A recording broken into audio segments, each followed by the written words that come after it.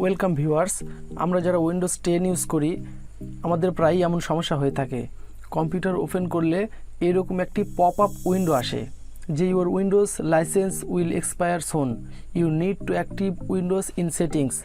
তো আমরা মূলত উইন্ডোজ কিনে ইউজ করি না, তো যার জন্য আমরা যদি ভুলে উইন্ডোজ আপডেট দিয়ে ফেলি তার কিছুদিন পর এরকম একটি মেসেজ আসে। তো দেখেন, এই মেসেজটা আসলে খুবই বিরক্তিকর একটা জিনিস, এটা বারবার আসতে থাকে। প্রথমে আপনি কম্পিউটার ওপেন করার পর এইটা ক্লোজ করলেন, করার পরে এটা বারবার আসতে থাকে। তো কিভাবে আপনারা এটার সলিউশন করবেন আমি আজকের এই ভিডিওতে আপনাদেরকে সেইটাই দেখাবো। এইটা 100% কাজ করবে। আপনারা যদি পুরো ভিডিও দেখেন অবশ্যই এটি বন্ধ করতে পারবেন। এখানে 4টা স্টেপ দেখাবো, আপনারা 4টা স্টেপই করবেন। যে কোনো একটা স্টেপে অনেক সময় হয়ে যায়, তো আপনারা 4টা স্টেপই করবেন, তাহলে এটা 100% কাজ করবে। এই 4টা স্টেপ করার পর আপনারা আপনাদের ডেস্কটপ বা ল্যাপটপটিকে অবশ্যই একবার রিস্টার্ট করে নেবেন। আর এই ভিডিওতে আমি যে কমান্ডগুলো ইউজ করব এগুলো ভিডিও ডেসক্রিপশনে পেয়ে যাবেন। তো চলুন মূল ভিডিওটা শুরু করি।